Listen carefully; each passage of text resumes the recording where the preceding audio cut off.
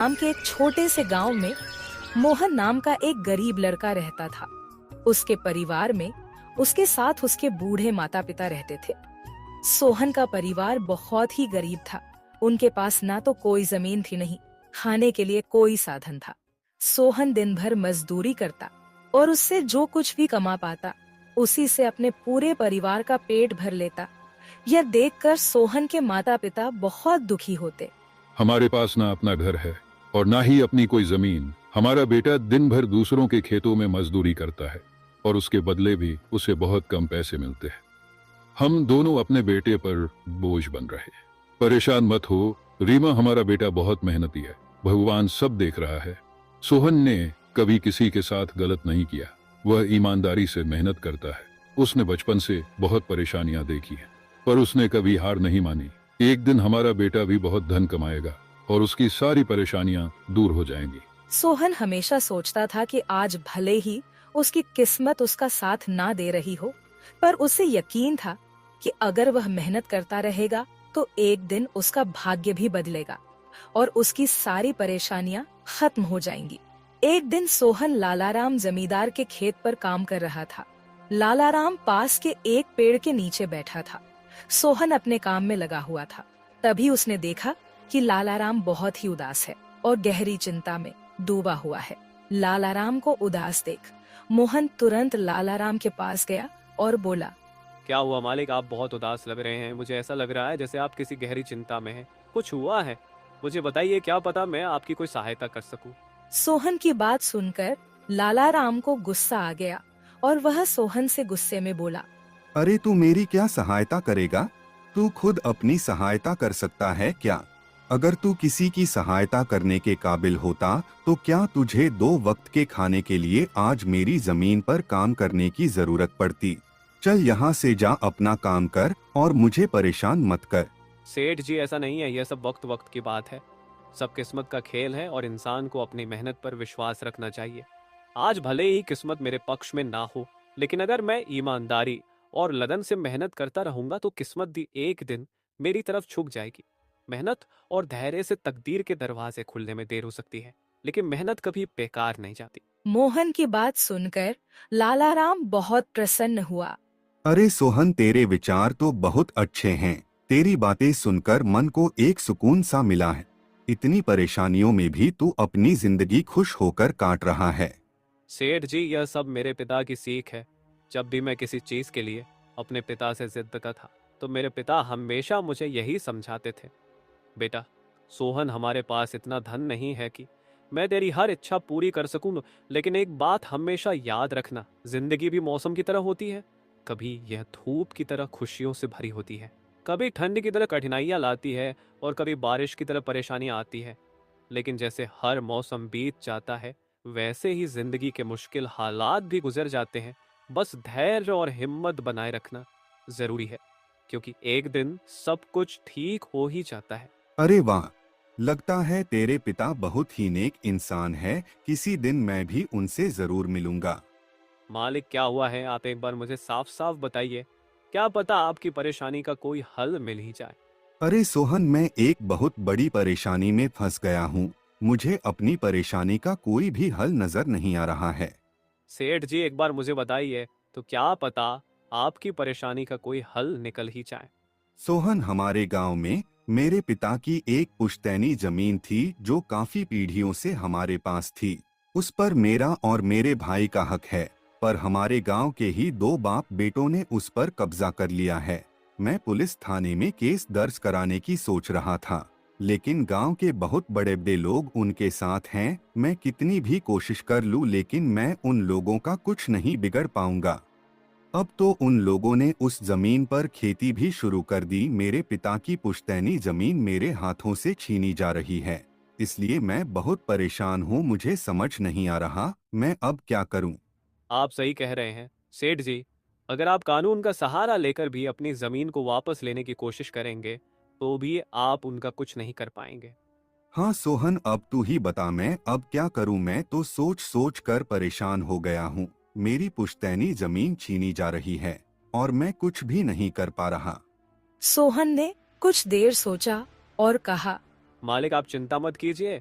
हर परेशानी का कोई ना कोई हल जरूर होता है। अगर आप चाहे तो एक तरीका है जिससे आप अपनी जमीन वापस पा सकते हैं। अगर ऐसा कोई तरीका है तो जल्दी बताओ सोहन, वह क्या तरीका है? सोहन ने लालाराम को अपनी सारी तरकीब पूरी तरह समझा दी। तरकीब सुनकर लालाराम मोहन से कहता है, अरे वाह सोहन, तू तो बहुत समझदार है। तूने तो बहुत अच्छी तरकीब बताई है।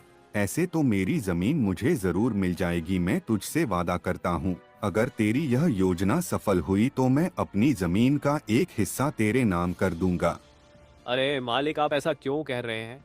आप मेरे मालिक हैं। आपकी वजह से मुझे अपने घर के लिए 2 वक्त का खाना मिल जाता है। आपकी मदद करना तो मेरा फर्ज है। मुझे आपकी जमीन नहीं चाहिए, ठीक है? सोहन, तुम बहुत नेक इंसान हो। कल से तुम इस काम पर लग जाओ। सोहन फिर से खेत में अपने काम पर लग जाता है। अगले दिन सोहन जगत और विनोद नाम के उन बाप बेटों के पास पहुंच जाता है जिन्होंने लालाराम की जमीन पर कब्जा कर रखा था। नमस्कार सेठ जी, मैं यहाँ से गुजर रहा था तो पास के लोगों ने बताया कि आपके यहाँ काम के लिए मजदूर की जरूरत है। क्या आपके यहाँ मुझे भी कोई काम मिल सकता है? अरे अरे, कौन हो तुम? तुमसे किसने कह दिया कि यहाँ मजदूर की जरूरत है? यहाँ किसी मजदूर की जरूरत नहीं है। सेठ जी, मैं एक मजदूर हूँ, पास ही के गांव में रहता हूँ, काम की तलाश में इधर उधर भटक रहा हूँ। हर दिन कहीं ना कहीं काम मिल जाता है, बस उसी काम को करके अपना पेट पालता हूँ। कभी खेती कर लेता हूँ तो कभी कोई मजदूरी। यह तो ठीक है, पर हमारे यहाँ फिलहाल कोई काम नहीं है। सेठ जी, मैंने तो सुना है कि आप लोग इस गांव के सबसे बड़े जमींदार हैं। आपके पास बहुत सारी जमीन है, इसलिए आपके यहाँ हमेशा मजदूरों की जरूरत रहती है। इसलिए मुझे लगा कि यहाँ मुझे कोई ना कोई काम जरूर मिल जाएगा। अरे भाई, मैंने कहा ना, यहाँ किसी भी मजदूर की जरूरत नहीं है। इसका मतलब लालाराम सेठ आपके बारे में सही कह रहे थे? लालाराम ने हमारे बारे में क्या कहा? अरे कुछ नहीं सेठ जी, चलिए तो मैं चलता हूँ। सेठ जी, आपके यहाँ तो कोई काम नहीं है, मैं अपने लिए कहीं और कोई काम देख लेता हूँ। सोहन वहां से जाने लगता है। तभी जगत विनोद ने सोहन को रोककर यह पता लगाने के लिए बोलता है कि लालाराम ने सोहन को उन लोगों के बारे में क्या बताया है। अरे भाई, इधर आओ, शायद तुम्हारे लिए हमारे पास एक काम है। सोहन तुरंत उनके पास चला गया और बोला, धन्यवाद सेठ जी, बताइए क्या काम है? आप जो भी काम बोलेंगे मैं हर काम करने के लिए तैयार हूँ। आखिर बूढ़े माँ बाप का पेट पालना है। अरे सब्र रखो, काम तो हम तुम्हें बता ही देंगे। पहले यह बताओ कि लालाराम हमारे बारे में क्या कह रहा था। सेठ जी, मैं पहले लालाराम सेठ के यहाँ काम करता था, पर वह बहुत ही कंजूस और बदतमीज आदमी है। मैं उनकी यहाँ दिन रात मेहनत करता, पर इतनी मेहनत करने के बाद भी वो मेरी सही मजदूरी नहीं देता था। इस बात पर कल मेरी उससे बहस हो गई थी। फिर क्या हुआ? लालाराम ने हमारे बारे में क्या कहा? जब मेरी सेठ लालाराम से बहस हो रही थी, तब उसने ने मुझे कहा कि पूरे गांव में उनसे ज्यादा मजदूरी कोई नहीं दे रहा। तो मैंने गुस्से में कह दिया कि गांव के सबसे बड़े जमींदार जगत सेठ और विनोद सेठ सबसे अच्छी मजदूरी देते हैं, इसलिए उनके यहाँ हमेशा काम करने वालों की भीड़ रहती है। हाँ भाई, बिल्कुल सही कहा था। आखिर हम गांव के सबसे बड़े जमींदार हैं। हमारा फर्ज है कि जो भी मजदूर हमारे यहाँ काम करता है उसे उसकी मेहनत के हिसाब से सही मजदूरी मिले। वाह सेठ जी, आपने बहुत अच्छी बात कही। लालाराम सेठ कभी भी आपकी बराबरी नहीं कर सकता। वह तो शायद आपके जितना भी नहीं सोच सकता। जगत और विनोद सोहन की चापलूसी भरी बातों में आ जाते हैं और उसे अपने यहाँ काम पर रख लेते हैं। चलो अब काम की बात करते हैं। तुम एक अच्छे इंसान लगते हो। हमें अपने खेत पर काम करने के लिए तुम्हारे जैसे ही एक मजदूर की जरूरत है। कल से ही काम पर आ जाना। कुछ दिन ऐसे ही बीत गए। एक दिन जगत अपने बेटे विनोद से बोला, विनोद बेटा, यह सोहन तो बहुत मेहनती है। यह अकेले ही 4 लोगों का काम कर देता है। अच्छा हुआ कि हमने इसे रोक लिया। हाँ पिताजी, आप सही कह रहे हो। सोहन बहुत मेहनती है। इसके जितना काम शायद ही कोई और करता होगा। ये पूरा दिन यहाँ काम पर अकेला लगा रहता है। सोहन की मेहनत ने जगत और विनोद का दिल जीत लिया। कुछ दिन और बीत गए। एक शाम जगत और विनोद अपने खेतों का दौरा कर रहे थे। जब वे अपने खेत पर पहुंचे तो देखा कि सोहन इतने देर तक भी काम कर रहा था। सोहन भाई, अब तो रात होने वाली है, तुम इतनी देर तक काम क्यों कर रहे हो? अब घर जाओ और आराम कर लो। सेठ जी, हमारी किस्मत में आराम कहाँ है? घर पर बूढ़े माँ बाप है। काम नहीं करूँगा तो उनके लिए 2 वक्त का खाना कहाँ से जुटा पाऊंगा? घर पर बैठकर आराम करने से अच्छा है कि मैं काम करूं। इस तरह मेरा मन भी लगा रहता है। तुम बहुत मेहनती हो सोहन, आज का काम यहीं छोड़ दो और घर जाकर आराम करो। नहीं सेठ जी, इसकी कोई ज़रूरत नहीं है। मैं काम करने में ही खुश हूँ। आप लोग जाइए, मैं ठीक हूँ। ठीक है सोहन, फिर हम जाते हैं। जब तुम्हारा मन करे काम खत्म करके अपने घर चले जाना, ठीक है। इसके बाद जगत और विनोद खेत को सोहन के भरोसे छोड़कर चले गए। अगली सुबह जब विनोद और जगत अपने खेत पर लौटे तो देखा कि वहाँ पुलिस खड़ी है। पुलिस को देखकर दोनों दौड़ते हुए आए और पूछा, क्या हुआ थानेदार साहब, आप यहाँ क्या कर रहे हैं? क्या यह जमीन तुम दोनों की है? हाँ थानेदार साहब, यह जमीन हमारी है, हमारे पास इसके कागजात भी हैं। फिर तो तुम दोनों को ले जाकर जेल में डालना ही पड़ेगा। यह क्या कह रहे हैं थानेदार साहब, हम कुछ समझे नहीं, आप क्या कहना चाह रहे हैं? अभी तुम दोनों बहुत अच्छे से समझ जाओगे। वह देखो तुम्हारी जमीन से क्या निकला है। थानेदार के कहते ही दोनों बाप बेटे जब पलट कर देखते हैं तो वहाँ उनकी जमीन में एक लाश दबी हुई थी जिसमें सिर्फ कंकाल बचा था। यह देखकर दोनों बाप बेटे डर जाते हैं। थानेदार साहब, यह किसकी लाश है और यह हमारे खेत में कहाँ से आ गई? अब बहाने मत बनाओ, पहले लोगों को मारो फिर उन्हें अपनी जमीन में गाड़ दो और अब कह रहे हो कि यह क्या है। नहीं थानेदार साहब, हमें नहीं पता कि यह सब क्या है। यह लाश यहाँ कैसे आई, हमें कुछ नहीं पता। अब झूठ मत बोलो, अगर फांसी नहीं हुई तो कम से कम तुम दोनों को उम्र कैद की सजा तो जरूर मिलेगी। फांसी और उम्र कैद की बात सुनकर दोनों बाप बेटे डर गए और थानेदार के सामने गिड़गिड़ाने लगे। थानेदार साहब, हम इस लाश के बारे में कुछ नहीं जानते। हमें नहीं पता यह लाश किसकी है और इसे यहाँ कौन गाड़ कर चला गया। इस मामले से बचने के लिए दोनों ने कुछ तरकीब सोचनी शुरू की। तभी सोहन वहाँ आ जाता है। अरे सेठ जी, यह पुलिस यहाँ क्यों आई है? क्या हुआ है? सोहन देखो, पता नहीं कहाँ से हमारी जमीन में यह कंकाल आ गया है। मालिक, यह कंकाल यहाँ कहाँ से आ गया? ये तो बहुत गंभीर बात है। हाँ सोहन, पता नहीं यह कंकाल यहाँ कहाँ से आया है और थानेदार साहब को लगता है कि इसे हमने यहाँ मारकर गाड़ा है। अब तू ही कोई उपाय सोच जिससे हम इस परेशानी से बच सके। तीनों को आपस में खुसर फसर करते देख थानेदार ने कहा, अब कोई तरकीब मत बनाओ, तुम दोनों बाप बेटों में से कोई एक तो जरूर जेल जाएगा। अब तुम ही तय करो जेल कौन जाएगा।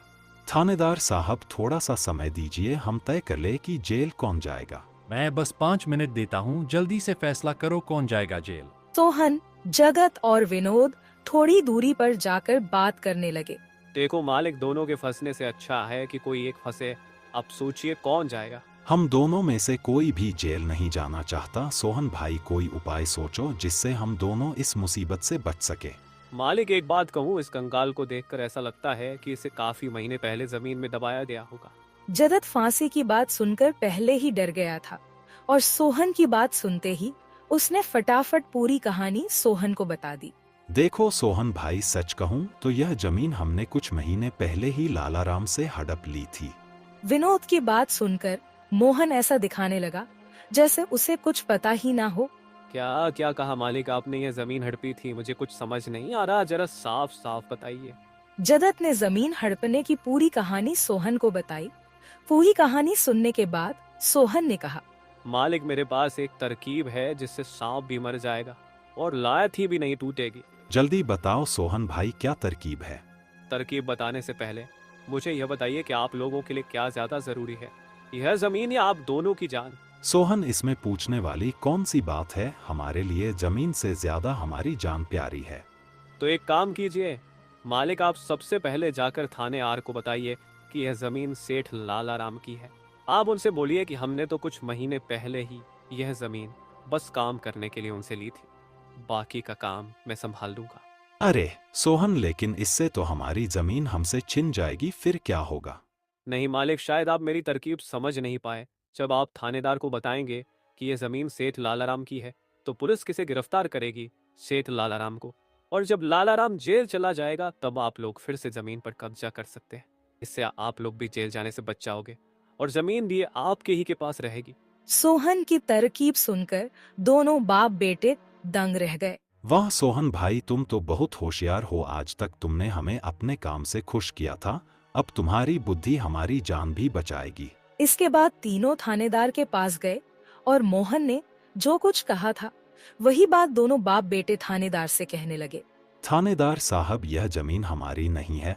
हमने कुछ महीने पहले ही काम करने के लिए यह खेत लालाराम सेठ से लिया था। वह जब खुद फंस गए हो तो अब किसी और को फंसाकर अपनी जान बचाना चाहते हो ना? साहब, अगर आपको हमारी बात पर यकीन नहीं हो रहा तो आप सोहन से पूछ लीजिए। वह हमारे साथ बस कुछ दिनों से ही काम कर रहा है। इससे पहले वह सेठ लालाराम के यहाँ काम करता था। बोलो सोहन, यह जमीन किसकी है? थानेदार साहब, ये जमीन सेठ लालाराम की है। जगत सेठ और विनोद सेठ ने तो बस कुछ समय से इस जमीन पर खेती कराना शुरू किया है। सोहन की बात सुनकर थानेदार ने सोहन से कहा, सेठ लालाराम को बुलाने के लिए कहो। सोहन, तुम एक काम करो, जाओ और सेठ लालाराम को बुलाकर लेकर आओ। सोहन तुरंत जाकर सेठ लालाराम को बुला लेता है, परंतु लालाराम अपने साथ गांव के सरपंच को भी अपने साथ ले आता है। यहाँ क्या हो रहा है? यहाँ इतने लोग क्यों जमा है? देखिए सरपंच जी, इन दोनों की जमीन से एक कंकाल निकला है और अब यह लोग कह रहे हैं कि यह जमीन इनकी नहीं है बल्कि सेठ लालाराम की है। थानेदार ने सरपंच जी को पूरी कहानी सुना दी। अपने आप को फंसा देख जगत ने सरपंच से कहा, नहीं सरपंच जी, यह जमीन हमारी नहीं है। हम यहाँ बस कुछ समय से काम कर रहे हैं। आप हमारे मजदूर मोहन से पूछ लीजिए। हाँ थानेदार साहब, यह जमीन सेठ लालाराम की है। मैं कैसे मान लूं कि यह जमीन लालाराम की है? हमारे यहाँ का थानेदार तो कह रहा था कि इस जमीन पर कोई केस चल रहा है और इस जमीन पर तुम्हारा कब्जा था, और अब तुम कह रहे हो कि यह जमीन लालाराम की है। नहीं साहब, हमने लालाराम के साथ धोखा किया था। हम बस इस जमीन को हड़पना चाह रहे थे, लेकिन अब हमें यह जमीन नहीं चाहिए। अगर आप चाहें तो हम केस भी वापस ले लेंगे। थानेदार साहब, आप जाइए, बाकी का काम अब हम संभाल लेंगे। सरपंच के कहने पर थानेदार वहां से चला जाता है। सरपंच ने लालाराम से कहा, अब बताओ, यह कंकाल यहाँ कैसे आया? तुमने किसे मारकर यहाँ गाड़ा है? अरे साहब, यह तो नकली कंकाल है। इन दोनों ने मिलकर मेरी जमीन हड़प ली। मैंने और मोहन ने मिलकर यह तरकीब सोची थी ताकि इन दोनों से सच निकलवा सकें। लालाराम की बात सुनते ही दोनों बाप बेटों के पैर तले जमीन खिसक गई। यह हम दोनों की साजिश थी, इन लोगों के मुंह से सच निकलवाने के लिए। सोहन को इस योजना में शामिल देखकर दोनों बाप बेटों को समझ आ गया कि यह सब सेठ लालाराम और मोहन की मिली भगत थी। दोनों बाप बेटों के पास अपनी गलती मानने के सिवा कोई चारा नहीं था।